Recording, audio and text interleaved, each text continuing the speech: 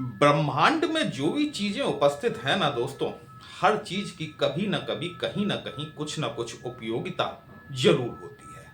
आज जो चीज आपको नगण्य सी दिखाई दे रही है, कभी कभी वही चीज अत्यंत महत्वपूर्ण हो जाती है। एक प्लैनेट जिसको कि एस्ट्रोलॉजर कभी यूज नहीं करते, इस बार उस प्लैनेट की महत्वता सर्वाधिक होने वाली है। राहु महाराज 23 नवंबर 2025 के दिन अपना नक्षत्र परिवर्तन करने वाले हैं और नक्षत्र परिवर्तन करके अपने स्वयं के नक्षत्र शतभिष नक्षत्र में गोचर करना शुरू करेंगे। यहां से कहानी शुरू होती है। मकर राशि आपके जीवन में राहु महाराज का यह नक्षत्र परिवर्तन किस प्रकार से प्रभाव लाने वाला है, क्योंकि राहु का जो गोचर हो रहा है ना, आपकी पत्रिका में द्वितीय सर्वश्रेष्ठ भाव में हो रहा है। इससे पहले वृषभ राशि में 10th हाउस में गोचर हो रहा है और आपकी पत्रिका में 2nd हाउस में राहु महाराज गोचर कर रहे हैं। ये परिवर्तन आपकी जिंदगी में आमूलचूल परिवर्तन ला सकता है और इसका प्रभाव आप पर कैसा रहने वाला है, वही हम सब लोग आज डिस्कस करने वाले। नमस्कार दोस्तों, कैसे हैं आप सभी। मैं आपका ज्योतिष मित्र श्लोक वर्मा आपके अपने चैनल श्री हनुमंत कृपा में आपका हार्दिक स्वागत करता हूं, अभिनंदन करता हूं। साथ ही अपने बड़े भैया श्री हनुमान जी से करवत निवेदन करता हूं कि अपने हनुमत कृपा परिवार के सभी सदस्यों को, नए जुड़ने वाले सभी सदस्यों को सुख समृद्धि प्रदान करें, उन्हें उनके कार्यों में आशातीत सफलता प्रदान करें। ये जो मेरे पीछे आप 10 का लिखा हुआ अंक देख रहे हैं, ये इस बात को दिखाता है कि या तो आपकी राशि मकर है या फिर आपकी लग्न मकर है। मेरे पीछे एक मंत्र लिखा हुआ है, अत्यंत महत्वपूर्ण मंत्र है। आप मकर राशि के हो, मकर लग्न के हो अथवा किसी भी राशि अथवा लग्न के हो, आपको इस मंत्र की आवश्यकता हम सबको पढ़ने वाली है। मंत्र में एक बार आपको पढ़ के सुना देता हूं, स्क्रीनशॉट आप ले सकते हैं, मैं आपको ये डिस्क्रिप्शन में भी ऐड कर दूंगा। ओम नील बिंबाय विद्महे नील पुरुषाय धीमहि तन्नो वर्णः प्रचोदयात्। फिर से एक बार रिपीट कर देता हूं, ओम नील बिंबाय विद्महे नील पुरुषाय धीमहि तन्नो वर्णः प्रचोदयात्। यहां से अब हम कहानी को आगे बढ़ाते हैं। राहु महाराज आपकी पत्रिका में 2nd हाउस में गोचर कर रहे हैं। कुंभ राशि फॉल करती है यहां पर आपकी, शनि महाराज की राशि है। राहु देव को शनि के साथ में कुंभ राशि में को ऑनरशिप प्रदान की गई है। देखिए, ये जो तीनों प्लैनेट हैं, ये जिनका मैंने आपको मंत्र दिया है, इनको हम इंग्लिश में नेपच्यून कहते हैं, वरुण देव कहते हैं। एस्ट्रोलॉजर्स जो है ना, मोस्टली 3 प्लैनेट्स को काउंट नहीं करते, नेपच्यून, यूरेनस और प्लूटो, क्योंकि इनका जो कार्यकाल है, ये जो सूर्य की जो एक परिक्रमा लगाते हैं, 85 वर्ष, 160 वर्ष और 240 वर्ष की इनकी रहती है। तो आम जनमानस पर व्यक्तिगत रूप में इसका कोई प्रभाव नहीं पड़ता, लेकिन जब हम एक बृहद वैश्विक पटल पर इसको देखते हैं तो ये तीनों ही प्लैनेट अपना महत्वपूर्ण रोल अदा करते हैं। लेकिन इस बार नेपच्यून का आपके जीवन पर व्यक्तिगत रूप से प्रभाव पड़ने वाला है। राहु बैठे तो अपनी स्वयं की राशि भी आप इन्हें कह सकते हैं, क्योंकि इन्हें को ऑनरशिप दी गई है कुंभ राशि में। तो शनि की राशि, राहु के मित्र, साथ ही वरुण देव जो हैं, इनका शतभिष नक्षत्र जो है, वो वरुण देव इसके डेटी बनते हैं, अर्थात देवता बनते हैं। तो राहु महाराज गोचर कहां कर रहे हैं? आपके धन भाव में। द्वितीय भाव आप जानते हैं, आपके धन का भाव होता है, आपके परिवार का होता है, आपकी वाणी का होता है, आपकी एक्यूमुलेटेड वेल्थ को दिखाने वाला होता है। 2nd हाउस से ही यह देखा जाता है कि आपका खाद्य पदार्थ किस तरीके का है, आपका खान पान उचित है या अनुचित है। तो राहु महाराज जो गोचर करेंगे 23 नवंबर 2025 से लेकर जुलाई 2026 तक का जो वक्त है, देखिए, कोई भी प्लैनेट जब वो अपने राशि में हो, पूर्ण रूप से बलवान हो, चूंकि राहु की डिग्री आज की तारीख में लगभग 20 डिग्री के आसपास है। 10 से 20 डिग्री का जो प्लैनेट होता है ना, वो पूर्ण युवावस्था का प्लैनेट माना जाता है और वो आपके नेटल चार्ट के हिसाब से शुभ स्थिति में है या अशुभ स्थिति में है, वो अपना पूरा प्रभाव दिखा पाने में सक्षम होता है, समर्थ होता है। ऐसा प्लैनेट जब अपनी ही राशि में गोचर कर रहा हो, अपने मित्र की राशि में गोचर कर रहा हो और साथ ही अपने ही नक्षत्र में गोचर करना जब शुरू कर देता है, इसका प्रभाव सर्वाधिक तौर पर देखने के लिए मिलता है। राहु, एक बात हमेशा याद रखिएगा, मैं हमें आपने हमेशा लोगों के मुंह से इस बात को सुना होगा कि राहु छप्पर फाड़ कर देता है। मैं इसमें एक लाइन और ऐड करता हूं कि राहु महाराज छप्पर फाड़ कर देते हैं तो थप्पड़ मारकर लेते भी हैं। इस बात को याद रखिएगा। राहु का सेकंड हाउस में गोचर अत्यंत महत्वपूर्ण है, क्योंकि पहली चीज तो ये शनि की राशि में चल रहे हैं, अपने ही नक्षत्र शतभिष में गोचर करने वाले हैं। ये तीनों प्लैनेट बहुत इंपॉर्टेंट प्लैनेट हैं, आपसी मित्र हैं और अपनी किन्हीं न किन्हीं कारगुजारियों के चलते हुए इन्होंने ग्रह समाज में एक स्थान प्राप्त किया। शनि महाराज ने अपनी योग साधना, अपनी तपस्या, सेवा भाव, कर्म भाव के चलते हुए कर्माधिपति होने का वरदान प्राप्त किया। शिव जी ने इन्हें वरदान दिया था कि कर्माधिपति आपको घोषित किया जाता है। राहु देव ने छल से ये बात और है कि स्वर भानु नामक राक्षस ने या असुर ने देवताओं की पंक्ति में बैठकर अमृत पान तो किया, बदले में अपना सर और धड़ अलग करवा लिया, लेकिन कहीं ना कहीं ब्रह्मा जी से वरदान प्राप्त किया कि आपको ग्रहों में आपकी गणना की जाएगी। इसी प्रकार से नेपच्यून अर्थात वरुण देव, हमारे शास्त्रों में इनका जो विवरण दिया गया है, कई जगहों पर इन्हें समुद्र देवता के रूप में जाना जाता है। वरुण उसी का दूसरा उपनाम है। वहीं कई जगहों पर वरुण देव को जलदस्यु की संज्ञा भी दी गई है, अर्थात जिनको हम वाइकिंग नाम से जानते हैं। वरुण देव ने इंद्रदेव, जो कि देवताओं के राजा हैं, उनके सानिध्य, उनकी निकटता के चलते हुए देव पद प्राप्त किया। इन तीनों ही प्लैनेट ने अपनी किसी न किसी विशेषता के चलते हुए ग्रह समाज में स्थान प्राप्त कर लिया है।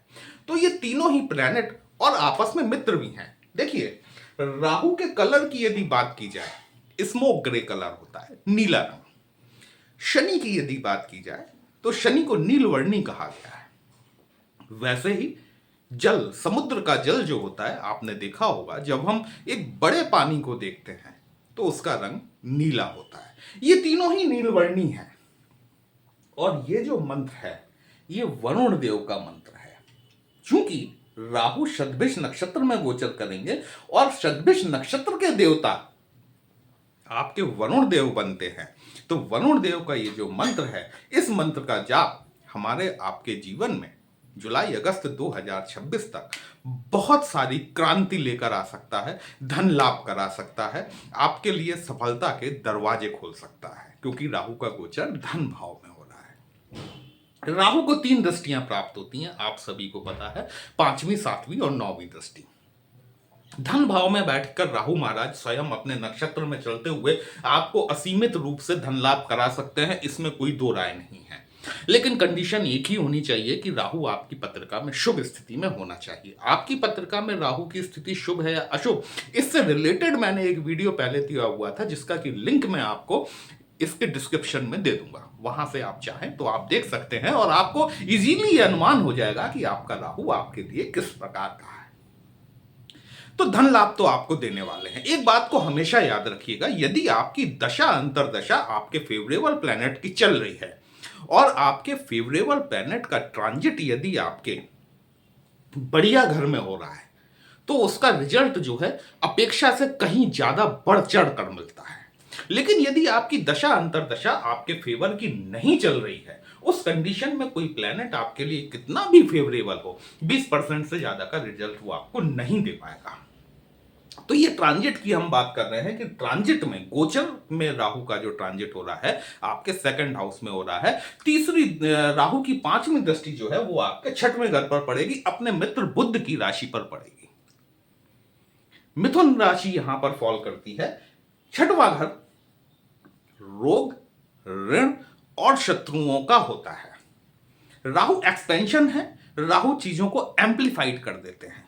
राहु और गुरु के साथ में एक चीज बहुत अच्छी होती है कि जब भी ये किसी ऐसे घर में बैठते हैं या उस पर अपना दृष्टिपात करते हैं, उन भावों से संबंधित चीजों को निकाल कर आपके सामने ले आते हैं, चाहे वो आपके दबे हुए रोग हों, चाहे आपके शत्रु हों। कर्ज की स्थितियां, यहां मैं आपसे कहूंगा कि यदि आप एक व्यवसायिक दृष्टिकोण के चलते हुए यदि आप ऋण लेना चाहते हैं, तो आपको राहु महाराज लंबा बड़ा ऋण देने के लिए यहां पर लालायित हैं, आपको ऋण की सुविधा उपलब्ध करा सकते हैं, क्योंकि राहु का एक दृष्टि जो है वो आपके दशम भाव पर भी पड़ रही है, जहां पर कि तुला राशि फॉल करती है। दसवां भाव आपके कर्म को दिखाने वाला है, कर्म क्षेत्र को दिखाने वाला है। तो यदि आप व्यवसायिक हितों की पूर्ति के लिए ऋण लेना चाहते हैं तो मेरी तरफ से आपको ग्रीन सिग्नल है।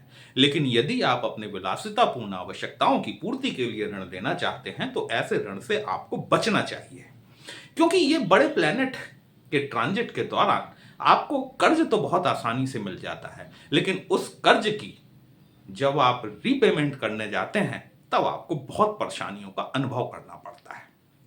शत्रु बढ़ेंगे आपके, निसंदेह तौर पर कोई पुरानी दबी छुपी हुई बीमारी निकल कर आ सकती है, जिसका कि आप इलाज करा पाने में सक्षम होंगे, पूर्ण रूप से समर्थ होंगे। राहु की एक दृष्टि आपके अष्टम भाव पर पड़ेगी। अष्टम भाव साधनाओं का है, रहस्यों का है, अकल साइंसेस को रिप्रेजेंट करता है। अकल साइंसेस में ज्योतिष भी आता है, आपका तंत्र साधना, मंत्र साधना, जितने भी हमारे स्कॉलर होते हैं जो कि पीएचडी रिसर्च से रिलेटेड होते हैं, जमीन से निकलने वाले जितने भी पदार्थ होते हैं वो सभी अष्टम भाव के अंतर्गत देखे जाते हैं। अष्टम भाव को मृत्यु का भाव भी कहा जाता है, अष्टम भाव को ही आयुष्य का भाव भी कहा जाता है। ऐसे व्यक्ति जो कि बियॉन्ड द टेबल काम करते हैं, मतलब आप समझे होंगे कि राहु जब सेकंड हाउस में गोचर करेंगे और अष्टम भाव पर अपनी दृष्टि डालेंगे, कहीं ना कहीं से ये आपको टेबल के नीचे से धन लाभ भी करा सकते हैं। आकस्मिक रूप से धन लाभ आपको देखने के लिए मिल सकता है 23 नवंबर 2025 के बाद में।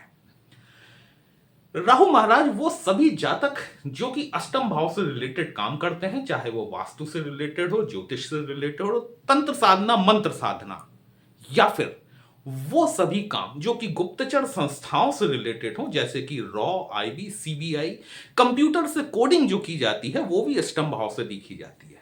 भूमि से निकलने वाले पदार्थ जैसे पेट्रोकेमिकल हो गया, माइनिंग हो गया, उत्खनन का क्षेत्र हो गया, यहां पर राहु महाराज आपको अपार सफलता देने की संभावना बनाते हैं। नवम दृष्टि से राहु महाराज जो है ये आपके 10th हाउस को देख रहे हैं। 10वां घर, जैसे मैंने आपसे कहा कि आपका कर्म क्षेत्र होता है, आपका पद प्रतिष्ठा मान मर्यादा का भाव होता है, आपका दशम भाव।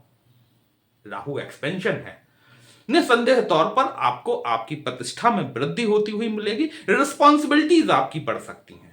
इस बात को ध्यान रखिएगा, आपको आपके प्रभार के अलावा किसी अन्य विभाग का प्रभार भी दिया जा सकता है और इस प्रभार को आपको खुशी खुशी एक्सेप्ट करना चाहिए, क्योंकि यही प्रभार आगे चल के आपके लिए प्रमोशन और पद प्रतिष्ठा में वृद्धि के रास्ते खोलने वाला है। 7.5 29 नवंबर 2025 के दिन आपके ऊपर पूर्ण रूप से खत्म होगी, जब शनि मार्गी होंगे।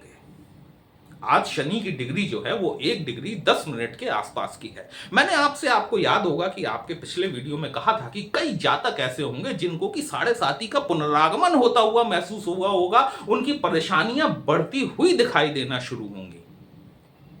अब वो वक्त भी आपका खत्म हो रहा है, क्योंकि देखिए ये जो प्लेनेट है ना, ये वक्री और मार्गी का प्रभाव अपने कुछ दिन पहले से दिखाना शुरू कर देते हैं, लगभग 21 दिन पहले से। शनि की आपके नेटल चार्ट में डिग्री कितनी है उस पर भी डिपेंड करता है। 29 नवंबर 2025 को शनिदेव मार्गी हो जाएंगे और मार्गी होते ही आपकी 7.5 का पूर्ण रूप से अंत हो जाएगा। जितनी भी आपने विपन्नताएं झेली हैं, जितनी भी आपने समस्याएं इस दौरान 7.5 के और 7.5 के दिखावटी रूप में खत्म होने के बावजूद भी जो अपनी समस्याओं को झेलते चले आ रहे हैं, उन समस्याओं से अब निजात पाने का और आगे बढ़ने का वक्त आ चुका है। ये सारी जो मैंने चीजें बताई हैं, ये क्या हर बात आप पर लागू होगी? नहीं, ऐसा नहीं है। जिनकी पत्रिका में शुभ स्थिति होगी राहु की, जिनकी पत्रिका में शनि की शुभ स्थिति होगी, शनि आपके लग्नेश होते हैं, इसमें कोई दो राय नहीं है। लेकिन आपको यह भी याद रखना चाहिए कि शनिदेव सेकंड हाउस के कारक भी होते हैं, कहीं ना कहीं मार्केश की शेड में आ जाते हैं। तो यहां पर यदि शनि राहु, ये दोनों ही प्लैनेट आपकी पत्रिका में शुभ स्थिति में बैठे हुए हैं। गाना आपने सुना होगा, जिसका जितना है आंचल यहां उसको सौगात उतनी ही मिलेगी। अब आप अगर ब्रह्मांड से छोटी डिमांड करेंगे तो ब्रह्मांड भी आपको छोटा ही देगा। इस दौरान 23 नवंबर 2025 के पश्चात आप यदि मैनिफेस्टेशन करते हैं तो आपको मैनिफेस्टेशन भी उतना ही बड़ा करना होगा जितनी की आपकी एक्सपेक्टेशंस हैं। वीडियो कहीं भी अच्छा लगा हो, अपने इस चैनल को लाइक, शेयर और सब्सक्राइब जरूर कर लीजिएगा। हमसे यदि पत्रिका का विश्लेषण कराना चाहते हैं, व्हाट्सएप नंबर थंबनेल में दिया गया दोस्तों। पर्सनल कंसल्टेशन पेड होता है, एक छोटी सी फीस आपको पे करनी होती है। आपकी समस्या का उचित समाधान हमारे द्वारा करने का प्रयास जरूर किया जाता है।